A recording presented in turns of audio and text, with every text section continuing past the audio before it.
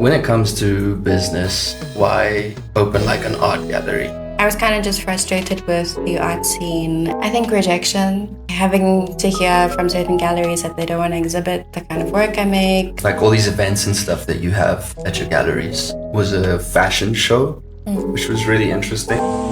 Voice notes from the come up. So during you were into like all sorts of meditation stuff. What kind of things did you try? So I first tried like mindfulness and like breathing, and then I had to look for something else. I went on all like the meditation apps, Okay. and then I found ASMR, which really helped me sleep at night because I was awake every night till like 6. Oh my word, why? Like COVID was a really stressful time, and there was also a lot going on at home. I think if you know what my work is about, it's regarding GBV and childhood trauma. So that was the kind of environment that we were stuck in. That's what your art is about? Yeah. Okay. Interesting. So basically, does it help you process your trauma?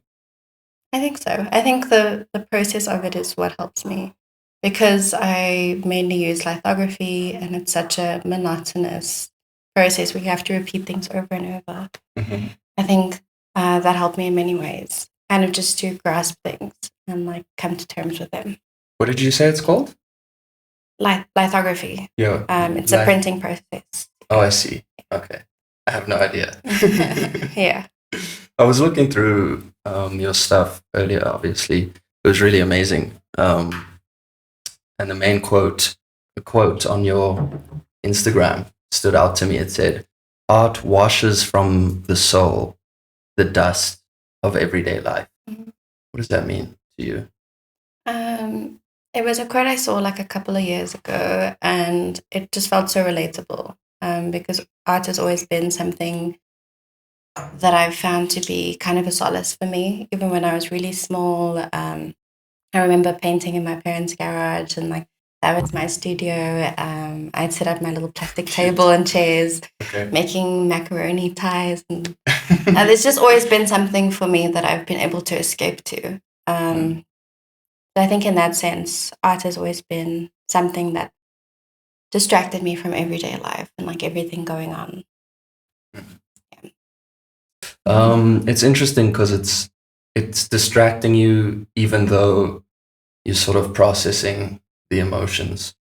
Yeah, it's kind of like a therapy in a way. Not necessarily distracting you, but helping you think, process things better. And what is the dust on your soul at the moment? I have had quite a difficult childhood. My parents divorced when I was really young. How old were you? So we lived in Mauritius for the first 5 years of my life, and then we came back to South Africa, and they divorced maybe 2 years after that. So I was around 7. Okay. And then my mom had found a new partner, who turned out to be quite abusive. So that was quite hard for us. Mm-hmm. And I think just finding different ways to cope through everyday life and experiencing that and witnessing it, I had to find some kind of way to stay sane, I think. Yeah, I'm sorry to hear that. So I feel like that was the dust, in a way. Yeah. Yeah. And sorry to hear that. And to contrast that, what do you think has been the light? I think definitely my art practice. Like I'm saying, it's always been something that's been by me, and I could always count on it. Like I could always count on going somewhere quiet, enjoying, and having my mind be freed, or going to the studio, creating something new that freed something within me, and was able to maybe let something go. Mm. So that's always been a light for me, and it's something I've always followed, even from the point of being a kid and to where I am now, being a 24-year-old. That was always my light. Okay. Yeah. Oh, you're still a baby. Technically, yes. I feel very old. I've done a lot of living this year. Okay, like what? Opening my business. Yeah. So Aziza and I opened the gallery earlier this year, and now I'm taking on 2 other galleries with Bilal. And so we started, well, he started Exhibition Through Music, and now we are co-founding that and running it together. We co-own the business, Cool. and we'll be opening our 3rd gallery next week Very, very in cool. Soweto. Yeah. It's Yeah. impressive, for someone who's a baby still. Yeah. Yeah. But it's a lot. Like, I never knew how much actually goes into a business, Mm. and it's quite challenging in many ways. But I'm pushing through every day and making beautiful exhibitions and connecting with amazing artists. And I think also, how do I say, kind of like unleashing something within myself that I never knew was like I was capable of. I never knew I'd be owning a gallery at 24. Mm. You know, if little me knew, I think she'd be really proud. That's amazing. That's amazing. I hope you, somewhere in your mind, are giving little you a big hug. Yeah. And just sort of saying, "We did it." Yeah. And that's great. So, did you study?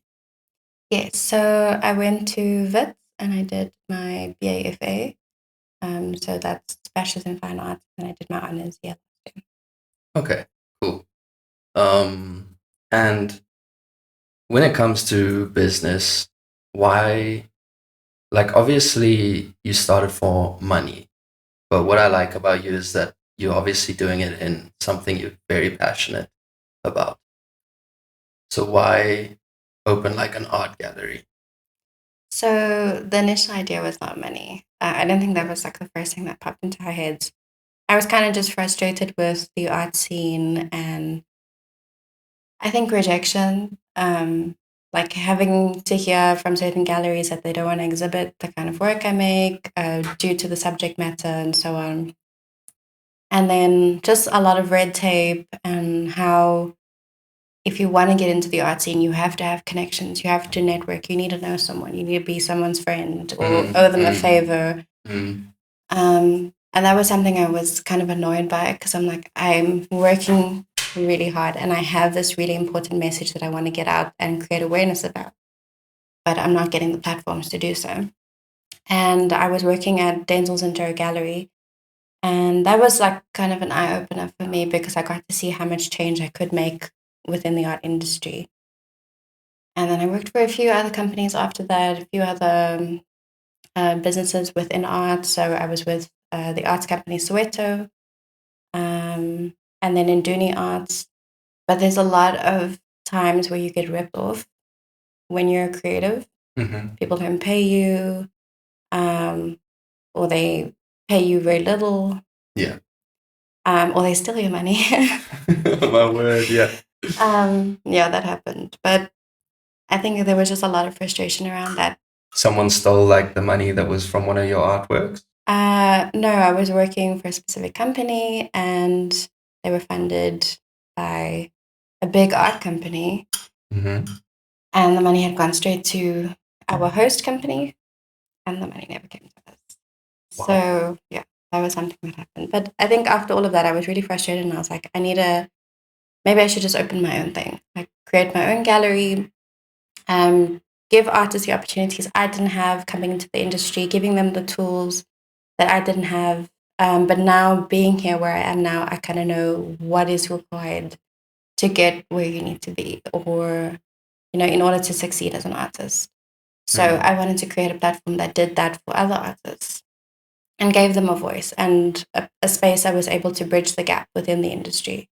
That was my main idea as to why I opened the gallery. Yes, money is nice and that's a bonus, but that wasn't the main point. No, definitely not. I mean, and that's why I wanted to ask, because most people who start a business, it's money. But if you were solely focused on money, I don't think you would think about art. Mm-hmm. You know what I mean? Obviously, art can make a lot of money, but it's like when people are chasing money, they usually try trading or, just something a bit less soulful. Mm. So it's really cool. And I see where it all comes from. It's quite beautiful. And talking about all that, like building these businesses, what has been your most difficult day as an entrepreneur? I think there's many. Because you get to a point where you're completely burnt out because you have to be all the different roles within the business. You have to be the designer, the finance guy, the social media marketer. You have to be the person who does all the heavy lifting. And as two girls, there's been many times where we've picked up very heavy things and hurt ourselves. But who else is going to do it for us, So I think there are points where we get really burnt out, and it's like a lot of work that we have to do, and like so much that we put in order to make these events happen and like have these really successful exhibitions and allow artists to have a voice and give them a space. Like there's so much that goes into that I don't think many people realize. So every now and then you do hit that kind of rut and you're like, I'm finished. And then the next day you just carry on. Yeah, you sort of just wake up and keep going. Yeah. I think you take a tiny breather, you're like, okay, I'm gonna take an hour to myself to rest, or I'm gonna go have a nice hot bath and then proceed. What do you so those are the kind of things you do when you're feeling super stressed? A hot bath. Yeah, like I think I'll just take a day for myself if need be. Like we are open usually the whole week, and we'll have events on a Sunday. Sometimes we have workshops. Yeah. So if I do ever get a day off, then I'll make sure to make it like a self-care day. To do a face mask, to have nice baths, to do my hair, do my nails, something that's going to make me feel good. Or, watch a nice movie, take some time to relax. But within that day, I'm still doing work because the show must go on. And, people are expecting deliverables from me the next day. But as long as I've taken out some part of that day to take a break for myself and do something for myself, then I'm able to keep going. Interesting. Yeah, it is. It really does get overwhelming a lot of the time. And like from your Instagram, I see all the, all like the reels about how hard it is being an entrepreneur. And I'm always like, yeah, girl, because I get it. You know what I mean? Yeah. I mean, I do a lot more than just the gallery. I produce shoots, I work for influencers, I'm social media managing for different companies. So it's a lot. I mean, as a creative, you have to have multiple side hustles in order to have a sustainable income. And even then, it's still quite difficult because, like I'm saying, you get ripped off in some areas, some people pay you less, and there's going to be challenges wherever you go. But yeah, I'm trying to do a lot. I'm hustling every day. Yeah, I see. So I was looking at your art, and it's really amazing. It's really incredible. Your drawings, your paintings, and all that.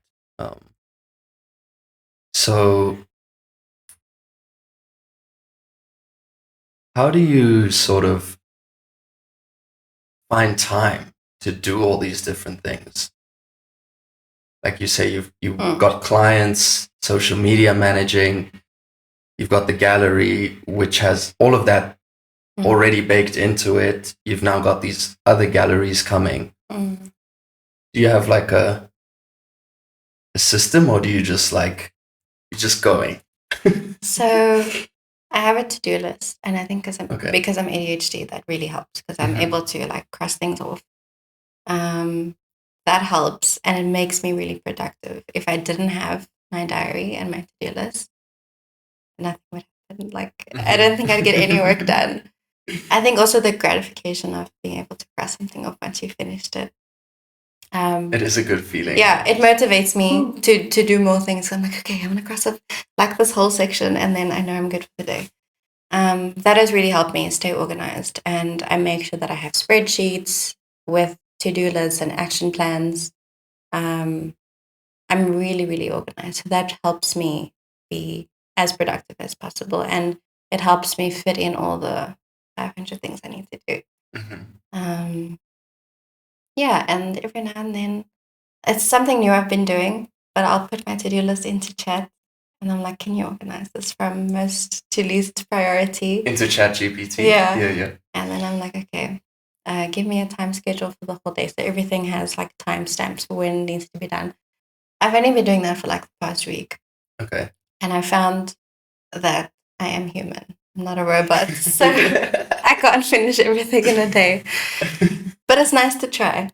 Yeah. Yeah. And then I'll fit in like a walk somewhere or, some like lunch throughout the day if need be. And I've like skipped over 3 hours of work that I was meant to do. I'm like, okay, let's reschedule. Chat. It's now 3:15. I haven't done these tasks, but let's carry on for the rest of the day. Yeah, but that's something new I've been doing. But the to-do list really does help me. And having my spreadsheets and my action plans helps me manage my time so that I am able to do multiple things. Mm. Yeah, AI has been a massive game changer. Like it, as someone who has lots of things going on, it really helps. It's like having an employee in many ways. So you were talking about walking in there, and when I opened your link tree earlier, there was like a walk to earn or something. What's that about? Yeah. So I found it's this app called I think it's Sweat Wallet or something. It's called Sweat. Uh-huh. So I found it like 2020, and I saw that they pay you when you walk. So for a certain amount of steps that you like achieve for the day, they give you coins, and you're able to convert it into Bitcoin. Wow. Or crypto. Yeah. It's one of the two. Okay. So when you earn a certain amount, you're able to convert it. So I think it's like when you reach 20,000 sweat coins, you get a crypto coin. Okay.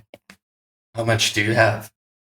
Have you used it? Are you using it? I have had the app since 2020 and I've never opened it. Okay. I think one time I got a PayPal voucher for like $5. Okay. And I like redeemed that, but I haven't really gone back to the app. And truth be told, I'm not walking as much. Okay. I see you play paddle as well. Yes, tried to get into that, but now like things are so busy, so I don't always have the time to do paddle. Yeah. I try and like prioritize the business stuff. Sure. And then if I get a moment, it's usually just me taking a day to relax. But I do like that, like being active, going for hikes, doing a paddle match, even though I'm not the best player. I think I've played 3 times. Okay. Yeah. So those are just nice things to do when I do like have enough time. Just to like break away, be active. I also did Pilates recently, but I haven't posted it yet. It's on my backlog. Cool. Pilates is hard, eh? Yeah. It was like a launch for the company. So they invited a bunch of people. I came through, I tried it out. I was so, but I was like, I'm gonna have abs. Like, when you work out really hard and you're like, I feel the pain, the abs are coming. It's coming, yeah. But you have to obviously do it more than once. Yeah, definitely. But that's cool. I like that you trying to be active in the ways you can and just like have fun with it. I totally understand like not having time. I've found a way to prioritize it because I'm a tennis player as well. Okay. And so I see it as part of my business, so it's sort of that helps me. And what do you think about dreams? I'm going to take a little turn here. It's so weird that you asked that question. Why? I've been having the strangest dreams. I think because I'm stressed and like there's a lot going on in my head. Yeah. But I've been having like the weirdest dreams. Some of them very chaotic. But this morning or last night, I don't know how time works in the dream world, yeah. But I had a dream about like an apocalypse and like the world was ending and it was raining. Oh no, guys. And my mom had gone to like the store or something and then she didn't come back and I was like, where are you? And I'm waiting and then there was like a giant eagle that flew over. Yeah. Such a strange dream. Do you know that my name means eagle? Really? Yeah. Maybe. And my dreams knew I was coming in today. Maybe. Yeah. So do you analyze your dreams? Sometimes I try not to. Like I've Okay. had some really scary dreams. Like I jumped out of an Uber last week. Like that was my dream. And then I'm like, why am I having these dreams? But maybe it's just 'cause I'm stressed, you know? Yeah. And there's like a lot going on in my head. I don't know if it's my subconscious is trying to warn me about something. But yeah. Yeah, it is quite scary. I recently had like the first time ever where I had one of these sleep paralysis type things, and it felt like something was like scratching me and biting me, but I couldn't move. Yeah. And like when I woke up, it was still like the middle of the night, and I was there like taking pictures in the mirror to try and make sure that didn't like that, it didn't like, actually happen. yeah, because it felt so real. And that was the scariest that I've ever had, and but I've also had lots of really beautiful ones. So I think it's, you know, Yeah. I haven't had those in a while. I've just been having the really weird ones. okay. Yeah. It's an interesting thing, dreams. I think it's one of the most unexplained phenomenons, and I think there's a lot to it. You know, like when you're in it, it feels so real, just as real as this reality right now. No matter how like clearly not real it is, like there could be a guy with a crocodile head, Yeah. but you don't like it doesn't recognize in your brain like, wait, that's impossible. Do you know what I mean? Yeah. But do you analyze your dreams? I have been getting back into it because I used to do it a long time ago and sort of fell out of the practice. But lately I've been getting back into it because I think I don't know why, but I think there's a lot for me to learn. And at this point in my life, something has just drawn me back. Um, and I think there's a lot of answers there, like about death, about the afterlife, about all that kind of stuff, you know? My mom used to tell me like what certain things would mean within dreams. Like if you dreamt about teeth falling out or babies, and then with like a certain premonition, or Yeah. or like I used to Google when I was much younger, like Google Okay. what does this dream mean? If I'm Yeah. dreaming about babies, you know, what is that? Is it an omen, or you know? But I used to be into that, not so much right now. Also now I'm trying not to think too much. Yeah, I hear you. As you said, just so much already going on in your brain. Something else I found really interesting on your Instagram was like the books and stuff. So what are you reading at the moment? I don't. Okay. That's fine. What was the last thing you read? I was reading A Little Life. Okay. Apparently it's like quite a deep book. I only got like maybe 10 pages in. But yeah, I haven't been reading. I used to be like someone who read like quite a lot. And I have so many books. I have books by like John Green. I think I've read his entire collection. Okay. But that was like during high school and like Yeah. beginning of uni.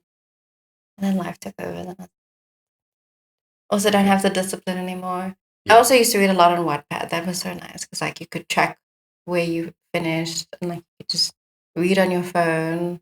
And those books were quite addictive because you'd be there and read a whole book in a night. But yeah, latest book that I've read or started reading was A Little Life. Okay. What kind of genre are they? I think full fiction. Okay. So that's your vibe when it comes to books. Yeah, I prefer not to read anything sci-fi. Why? I just don't have an interest in it. Like, if you had to give me a Lord of the Rings book or Harry Potter, I couldn't read it, unfortunately. I don't even watch the movies. I'm sorry. Like, I can't. Wait, hold on. So you're not into like Harry Potter movies? No, I tried to watch one and then I fell asleep. What movies do you watch? Yeah, you said you watch movies. What kind of movies do you watch? Like rom-coms, Okay. comedies. Yeah. Every now and then I'll watch something new, like whatever looked really interesting. If you watch the trailers and all that.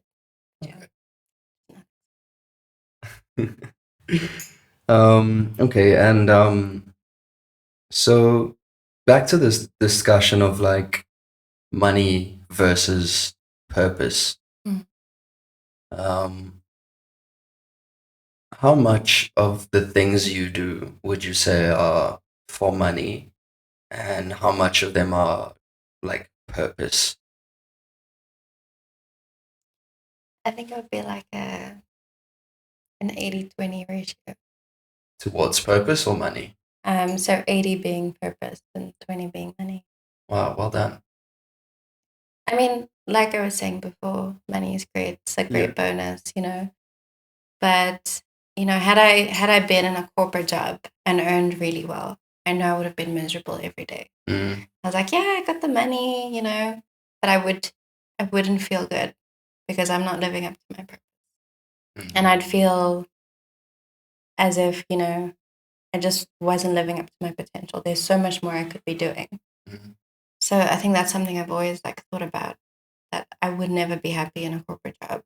It needs to be something related to the creative industry in some way, even if it's administrative and I'm working within art, or I'm working with producing companies and film or music. It's still within that creative field, and that's fine. But money has not always been my main focus. It's just been being happy. I think, if you wake up every day and you do something you're happy, like that very common saying, you wouldn't work a day in your life. Even though I'm working every day, I'm trying to escape a 9 to 5, but I'm not doing a 24/7 job. But at least I'm happy. That is the classic entrepreneur tale. We escape that 9 to 5 thing, but now we work 9 to 9 and then to 9 again, because it doesn't stop. But as you said, in a much happier way. Yeah, I think in some ways it's more fulfilling. Yeah. Than going to a job you hate, working for a boss who you hate. Yeah. And then having to do it over and over every day, not like you wouldn't want to have to wake up with dread every morning to go to a place you don't. Whereas you could wake up with purpose and, get on it. Yeah. That's beautiful. I love that. I think it's tough as well, though, because so many people wish they could, but for whatever reason, they just, they blocked, they stuck. And so what sort of pushed you to be like, I'm not even going to consider that route. I'm just going to make it in my own way.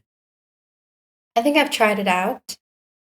I started working when I was in grade 10. Okay. I was a waitress, and I worked really hard, and I know that's something I'm capable of within whichever field I'm working in. And it was like a means of me bringing money home to support the family and everything, and that was all good. And then I tried a corporate job, and it's nice and fun in the beginning because it's new and you've never done it before, but you get to the point every day when there'd be other things that I'd be happier doing, like being in the studio, creating work, making art, expressing myself, and then sharing that with the world, and also communicating that kind of message and speaking to people in another language, like having art be a language, and how beautiful that is in itself. I was also a bartender, so I've been there, and the service industry it's as difficult as it gets, because you work, there was a time when I was doing 15-hour shifts, and sometimes when I say that, I think people they're like, oh yeah, okay, you're trying to say you worked hard. No, literally 15-hour shifts sometimes, and the thing is, for very little money, and you're constantly being disrespected, shouted at, looked down upon, all this kind of stuff. So it's a good experience, but it's tough. Yeah. Yeah. I think also just working, like having to work with different people every day, you are going to experience those few that give you a hard time and that are horrible to you. But I think when you're a genuine person and you just keep going, I've found that I've had like loyal customers that keep coming back, or, you know, people that I've always served and they came back and maybe just ordered coffees and gave me like a 200 rand tip because of how great of a person I am. Not the best. But Yeah. I'm the best. but I feel like kindness goes a long way. It does. You know, even in any industry that you work for, I think sometimes people take that, like they take advantage of it because I'm a nice person and I'm like, I don't like confrontation. I'm very calm, and you know, I handle things a specific way. People think that they can walk over me, but I do have like my grounds and my boundaries where I'm like, no, it's not gonna work. Yeah, I think kind of does go a long way within any industry. Yeah, it definitely does. I think people underestimate the power of kindness, and I think what's really beautiful about what you're telling me is even within a situation where your soul is being sucked away, you're working this job you don't want to, you still so young, you're in like grade 10, but you have to help your family survive, and you were still able to be a kind person. I think that's beyond incredible. Yeah. I mean, we're all dealt different cards, but whether or not you're able to let that define you or not is like, I think what counts at the end of the day. And I mean, like you can have had the worst life experiences, but still be a good person. Yeah. And it's strange because there's a lot of people who have had great life experiences, but they're just not nice people. You know what I mean? I get you. And I don't understand that. I'm just like, well, you know, what's going on? Yeah, like where's all this pent up anger coming from? Why do you have anger issues? Yeah, literally. I totally get it when you've had like lots of bad things happen and whatever, but like I said, I think it's really beautiful that you have a light. I can feel it. I can see it, and it's beautiful. Especially because you've all the things you've told me, like you've been through some really heavy stuff, and I don't know. I'm inspired. Okay. Yeah. So, love, and relationships. How's that been going?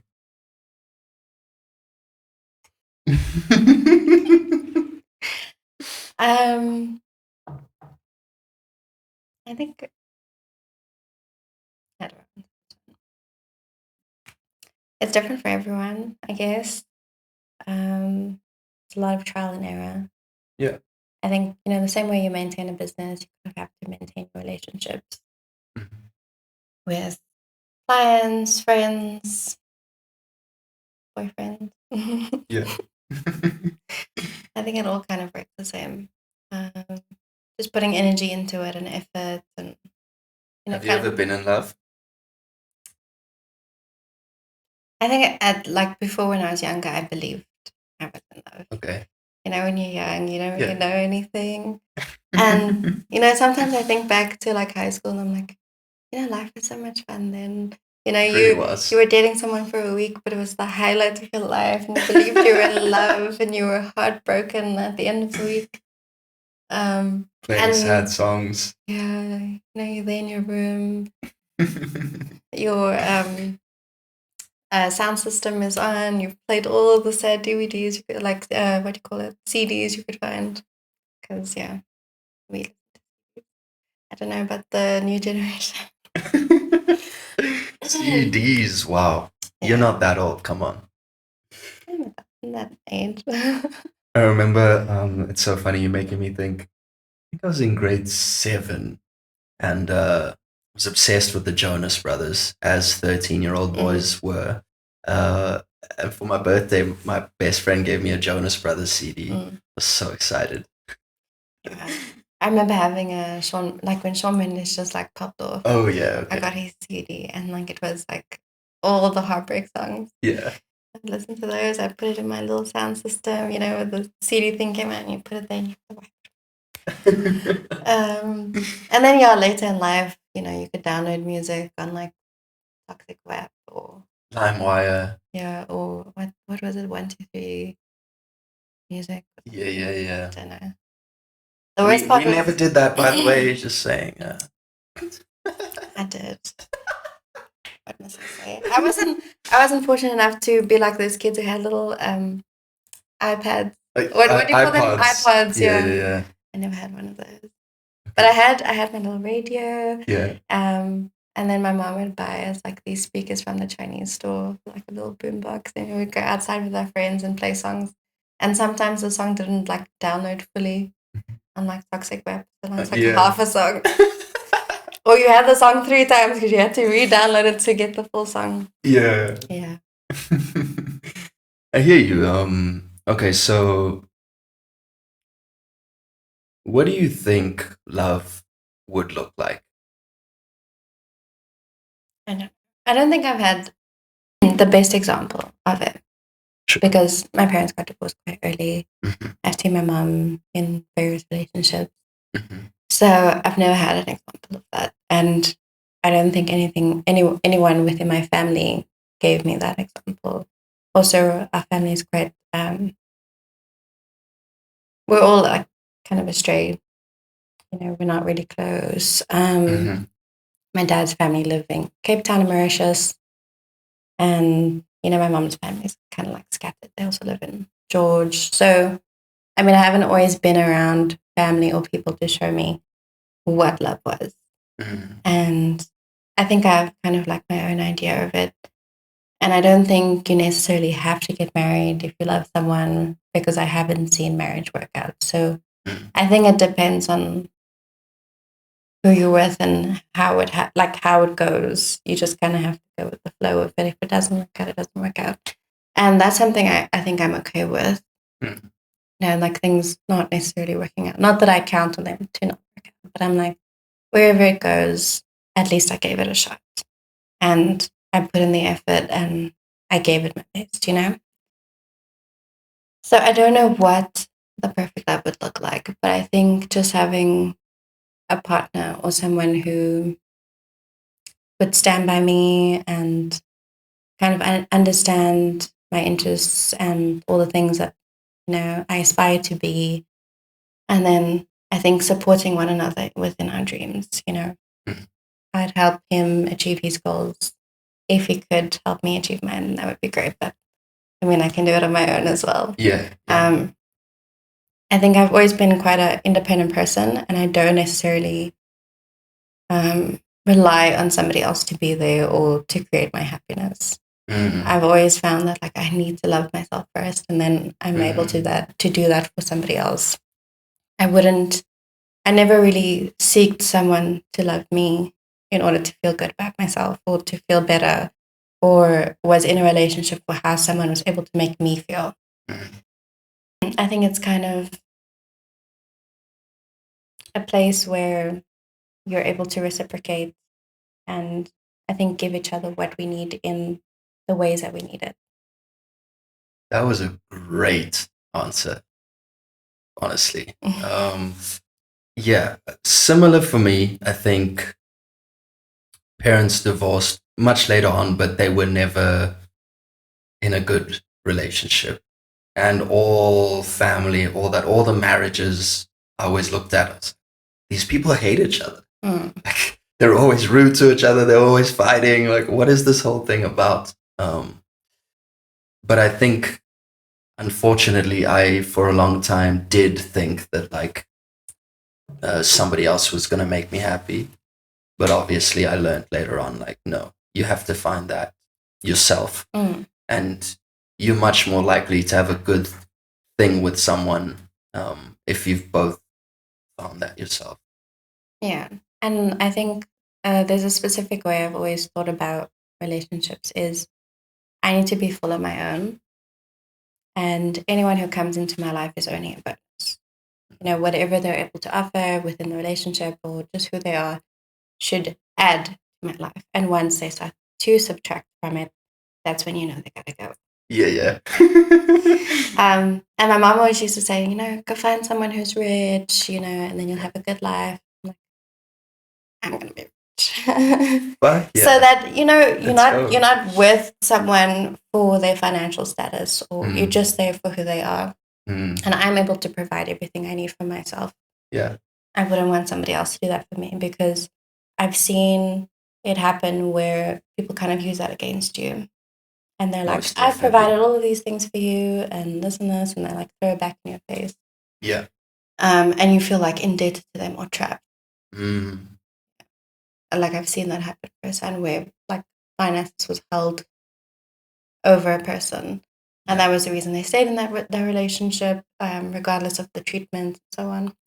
So I need to ensure that I'm always able to support myself in any sense, emotionally, physically, financially, in all the ways, so that when somebody does come into my life, it's just a plus.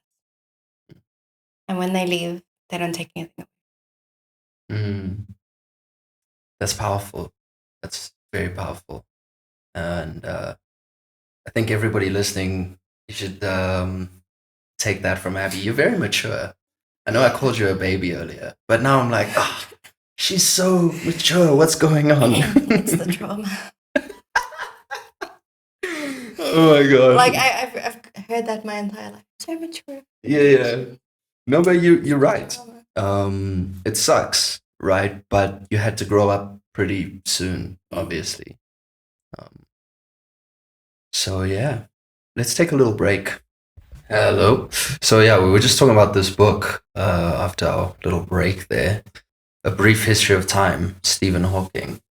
And the movie of his life was really good. But this book, I've read it, and it's like you read like one page and you're like, what? Like, because he's like a genius. So it's very, I would say people should give it a go, but yeah, don't be sad if you're there like, what? I don't know what's going on. Yeah. I think also the movie was so complex, so I can't imagine reading it. It must have been like 10 times more difficult to understand what's going on. Yeah, because also like the movie was about his life and about him writing these books, but the book is like about black holes and the Big Bang, and like it's like science. Lots of science stuff. Yeah. So we were also talking about outside about like all these events and stuff that you have at your galleries. I think it's quite cool. And the one I came to was a fashion show, which was really interesting. Probably like the first time I've ever been to like a fashion show. And what are some other events you've had? So we do an alteration of group exhibitions and solo exhibitions. So we've done that from when we opened in April, which was our first group show, which was called Shades of Autumn. And that one was mostly emerging artists or artists just coming into the space, or people who have never exhibited before. And then we hosted a solo exhibition for Nati and Bata, which Gigs Hole curated. And then just after that, we had another group exhibition, which was called Blue in the Face.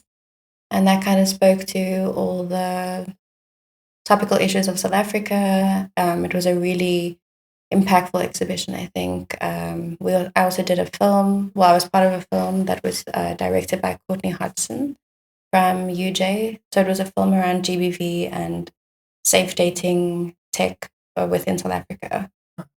To prevent women from getting killed by like on a date or those kind of things. Yeah.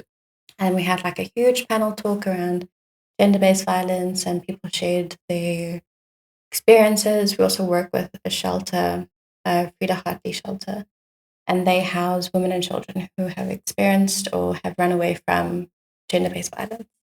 So we do a lot of art therapy workshops with them in the space, and I found it to be very hard but therapeutic at the same time. I think just being around women who have experienced something similar and just being able to connect with them and kind of give them the tools to deal with what they've been through. I mean, sometimes it might feel as an escape, you're doing something fun, you're able to not think about everything that you've been through. But I found that through the art therapy workshops, a lot of women have dealt with what they've experienced.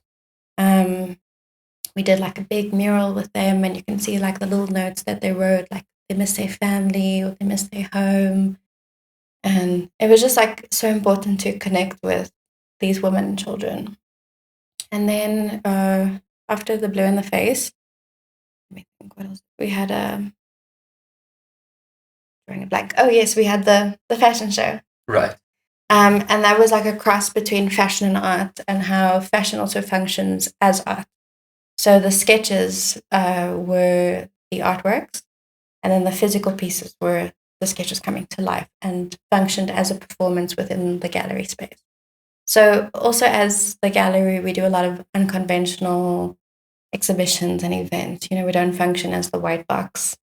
We do a lot more. We try to jump outside of what a gallery should be, and try and do a lot of more innovative and different things that highlight various creative mediums. So whether it's music, whether it's poetry, fashion, art, and then the day just after, helping people. Yeah, I mean, I think the initiatives are important as well because they speak to a lot of things that are important to me.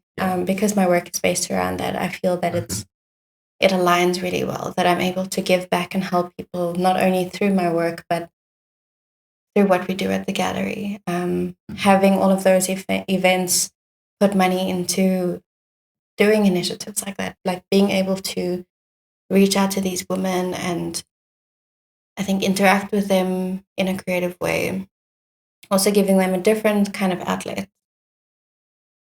So yes, we had the fashion show, which was for Ernest. He had his solo exhibition. And then the day after, we had a big fashion show with multiple designers in the center. So we also try and increase the foot traffic at the Johannesburg Artists Market. And we run a lot of events around that as well. So for October, we might be having like an arts and culture festival, which will be really nice. It's the same time around the Melville happening. Very cool. Yes, and then with Exhibition Through Music, we're opening our new exhibition, which is called News of Spring, next weekend. It will be like the pre-opening, because it's around the F&B Art Week. And then the official opening will be on the 13th of September at Neighborhood. And then Soweto Gallery is launching and having their debut exhibition that we're curating. Yeah. Very cool. Very cool. I think you reshaping what like a gallery is, and what it can be. That's really cool. And I really love that you're using it to do the things you wanted to do. You said earlier in the conversation, there were so many gatekeepers on the GBV stuff and your work. And now you're able to be like, well, fuck you guys. It's my gallery and I'm going to make this happen. And I think that's amazing. So it's really cool. Where do you see yourself in 5 years? Hopefully rich. I mean, we did talk about the money thing earlier. I think you are going to be rich, and in the best way. I think you're already rich in that you're doing passionate things and you're doing amazing things for the world. I also think you're going to be monetarily rich because you're working hard, and the things you're doing are things that can generate money as well. So, but besides for that, like, where do you see yourself in 5 years? Like, I think this is just the beginning of building my sort of empire and all the things that I've aspired to do.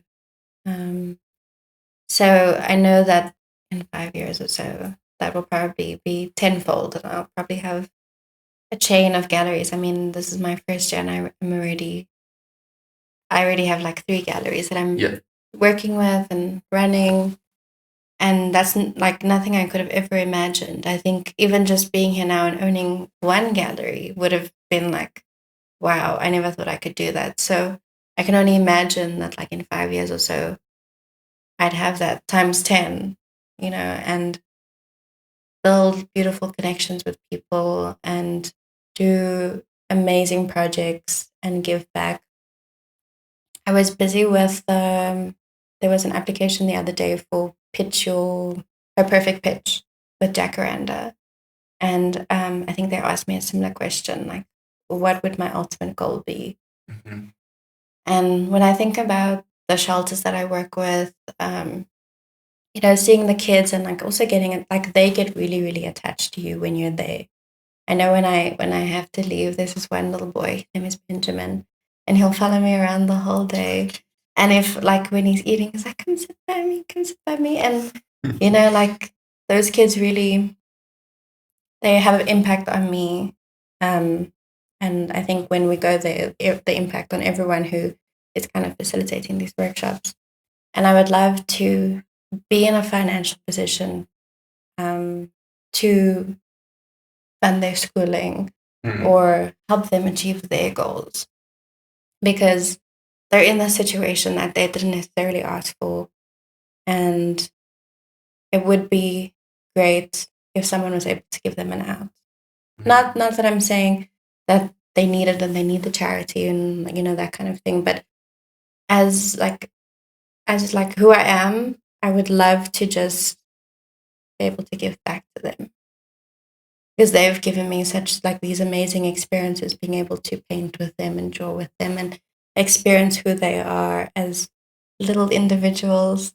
And I would love to just see them grow into being their own person someday, and giving them the tools or whatever they would require to be able to reach that. So whether it's schooling or plugging them with one of my connects to do something that they love and that's something that they're passionate about, that's something I would want to be able to do within 5 years. And I think that's a huge goal for me, is just being in a position where I can do like 10 times more. Yeah, I think that's a good answer. Definitely.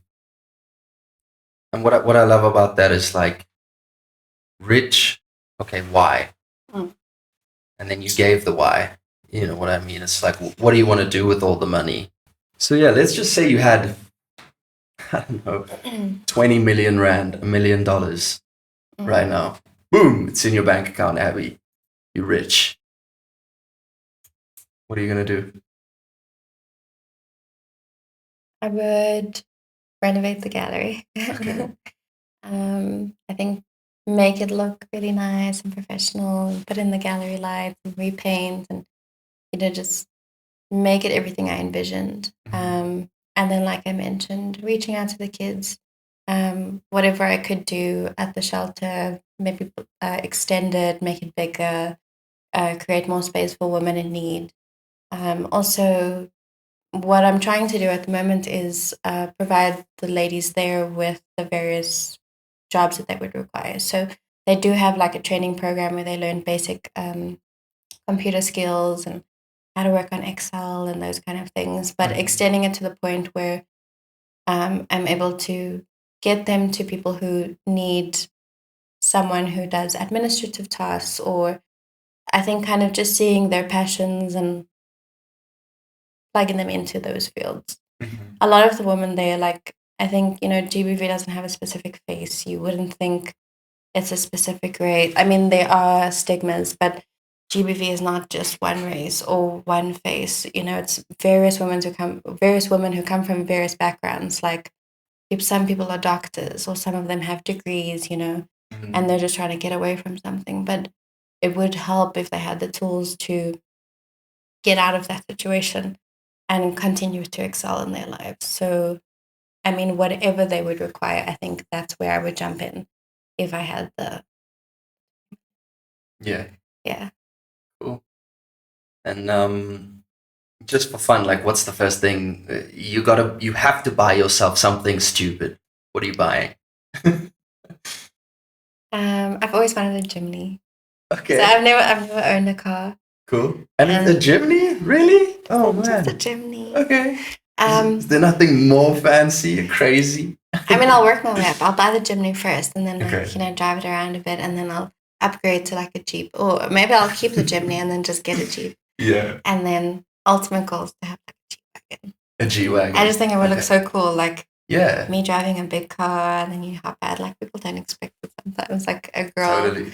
to hop out of a big, nice car. Yeah. Yeah. Dressed with the blazer jacket, looking good. Yeah. Gallery owner. I love it. And it's coming. So we were just talking about the kids and the women and stuff. Do you want kids? So I've always said I don't. Okay. I think because of how, or like the kind of experience that I've had growing up Mm-hmm. and experiencing the world and everything that comes with it. And it's always been like such a huge fear for me because I wouldn't want to repeat the histories that have been repeated. Like GBV was something that has gone back. My mom experienced it, her mother experienced it, her grandmother. And I think that's also what relates to my work is the cycle of trauma and how it is perpetuated with women, and whether you're able to escape that. And my thesis in my honors year was about epigenetics and how trauma is transferred through genetics, even if you haven't experienced it. So Interesting. I think. So you feel like if you had kids, even if you had a sort of perfect family situation, they would still have your trauma, basically. Yeah. So trauma is able to be transferred through your genetics. So let's say I might have experienced it during my pregnancy, and my child had never experienced violence or any kind of trauma within their life. It does manifest within different ways. So it could be neurologically, or there are different ways that it is passed down. But I think also because it goes that deep that you could pass down trauma through your genetics, what's to say I can't escape that generational cycle? Mm-hmm. And I think, being the one to break those cycles, it's so much work. It is, yeah. Being that person in your family who's like, I'm not going to like carry this on and I'm not going to perpetuate this. I'm going to break it here and now. I think that's me not having kids. Okay. Yeah. So I think by ending it with me, I wouldn't perpetuate it. And I think also, therapy plays a big role because there's still so much I have to work on so that I don't perpetuate it in other ways, like with my partner or with my friends or with my colleagues, or, so on, like in those kind of ways. But that's my logic around it. So if it had ended with me and I was the last one to experience it, I wouldn't bring a child into this world to have to experience those things. Or even, other things that the world throws at them. Mm-hmm. I think if anything, I'd adopt. Okay. But I do think about it every now and then, like, what if I had my own kid? Yeah. It does cross your mind, and you're like, no, I would want to experience that for myself. It is scary. It's really scary. And I mean, parenting is hard. Yeah. I can't imagine. And you're gonna mess them up in some ways. Like you just are. Because none of us. It's unavoidable. Yeah. I mean, I've never met anyone who didn't, tell me a story about how their parents ruined them, or something their parents said, or they didn't love them enough, or I don't think I've met anyone who's ever said that.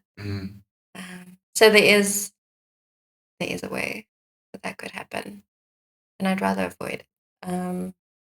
But if I could adopt, maybe, and this child's already in this world, there's nothing I can do about it. They're here, and I could give them a better life in some kind of way. Yeah. I think I would do that. But willingly birthing a child and having them experience everything that the world has to offer, I think that sounds a bit scary. And I wouldn't want them to go through that. I know how it is hard. Scary, yeah. Yeah, life was really hard for me personally, And I can't imagine my brother as well, although he doesn't speak about it much. I think it was really hard for us, and I wouldn't want any child to experience that, even if it was 10% of what we had gone through. Because trauma is watered down through each generation. Right. Yeah, thanks for sharing. I appreciate your vulnerability. It's I think, and I've said this lately a lot to like a lot of, every time I meet like a dad who has daughters, I'm just like, bro, that is the scariest thing a man can do, have daughters.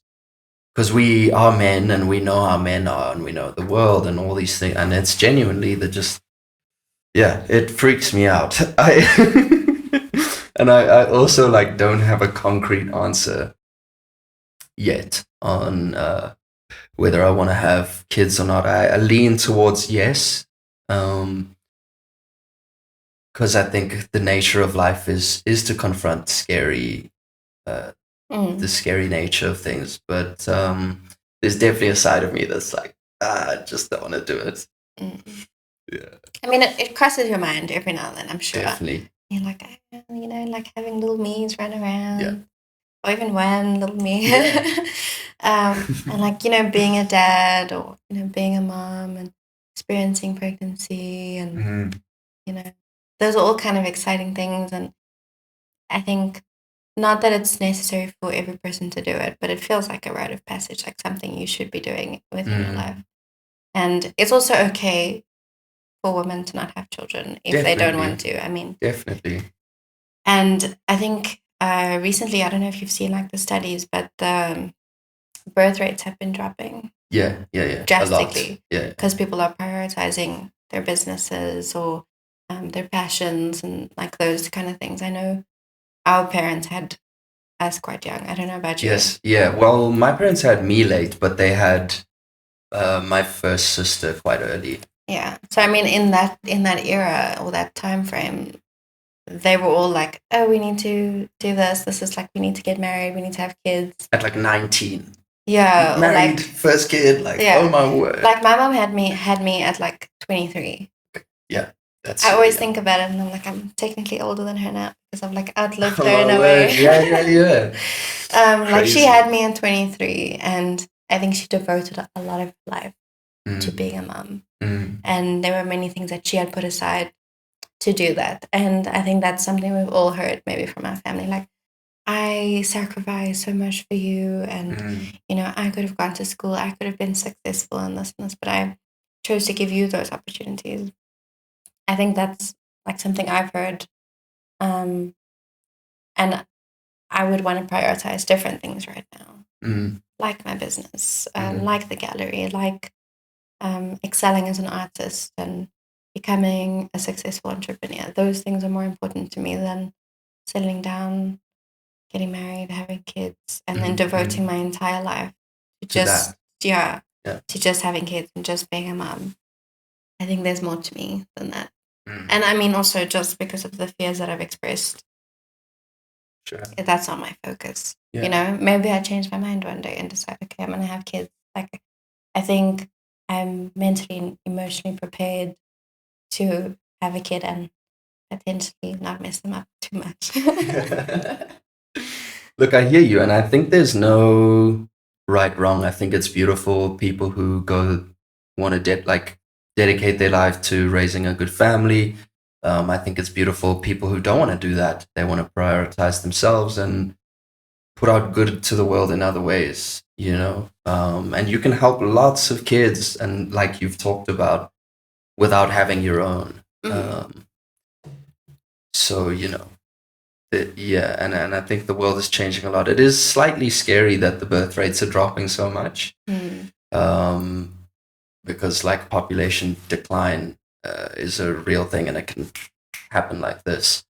But hey, I think that's a whole other discussion, Yeah, it might be a good thing, having less of us. Why? To do damage to the world.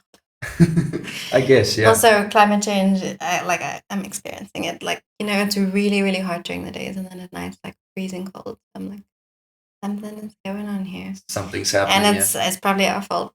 Yeah, So I mean, definitely. if there's less of us, and we're not having food crises like other countries are having due to overpopulation or due to war and famine and those kind of things, maybe it's a good thing. Yeah. Look, it's a tough discussion because I feel like greed will always be, even if there was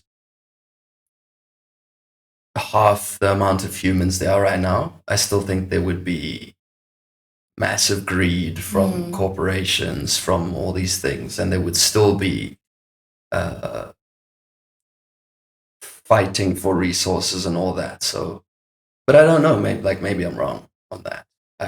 Yeah. Yeah. I mean, it is a whole other discussion. You know what I mean? And you'd have to like dive into it and like dissect it from all different points. But that's a different discussion. Yeah.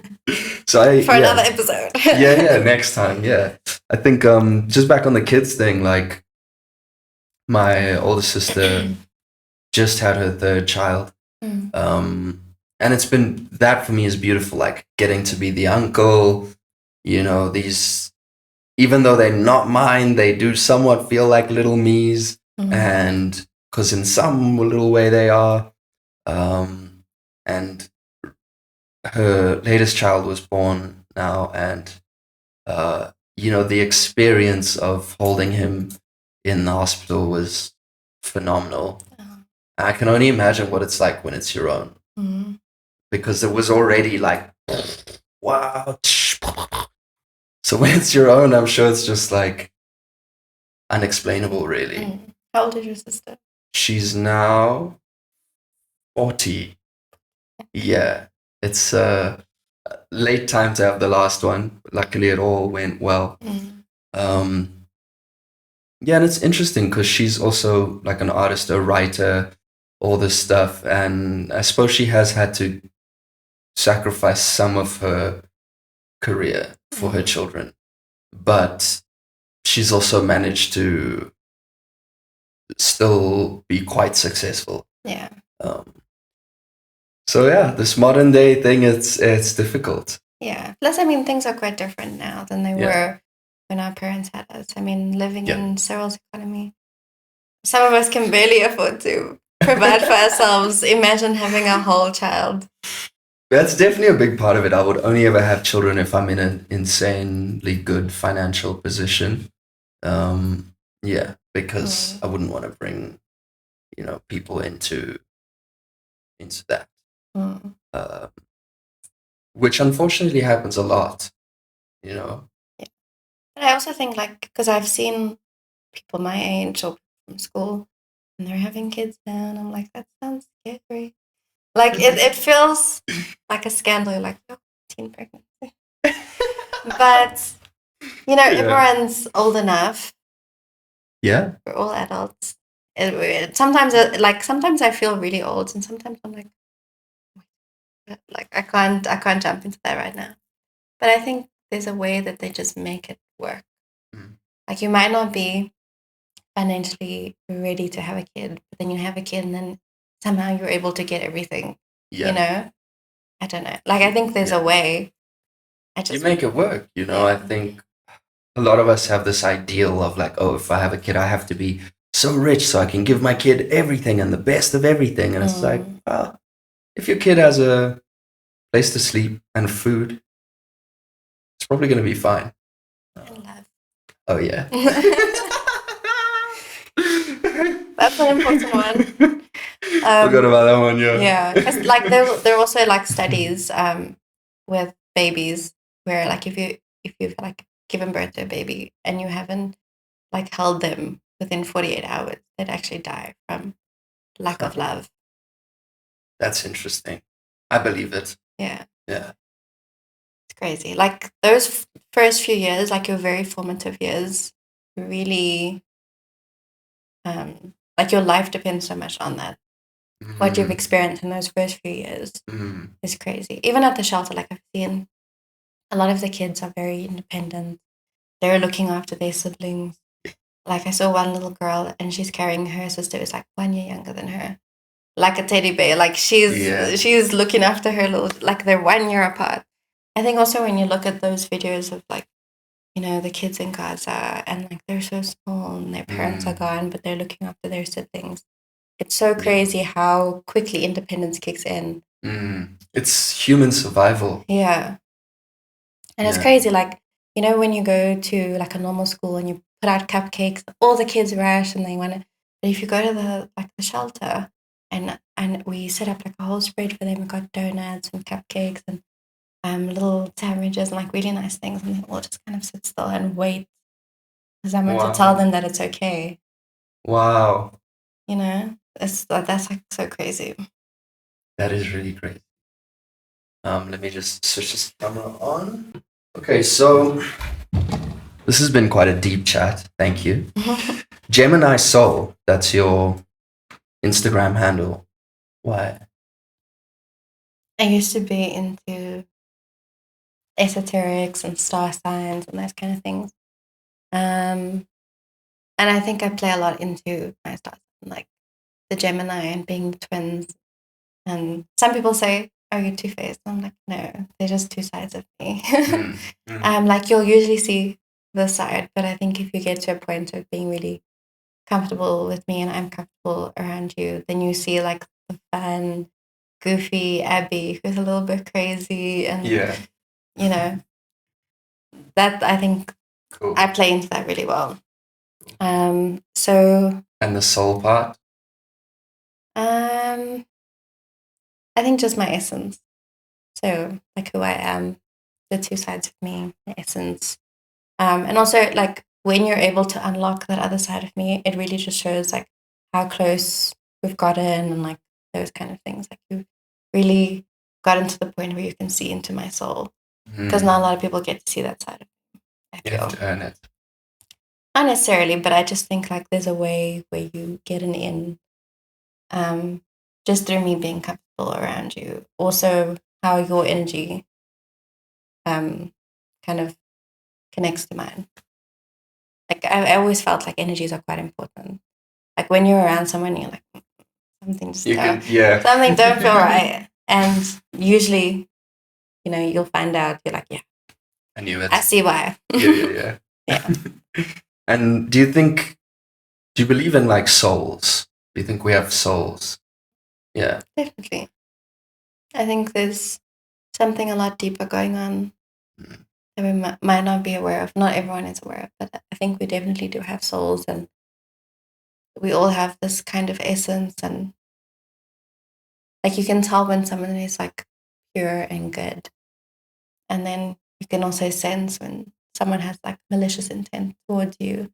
Those things are picked up, and maybe not everyone has the ability to sense different energies, but it's really nice when you're able to open up that part of yourself and you pick it up, because it saves you a lot of trouble in the future. You're like, I see this right now and I'm going to stop it here because I don't want to mess around and find out later on.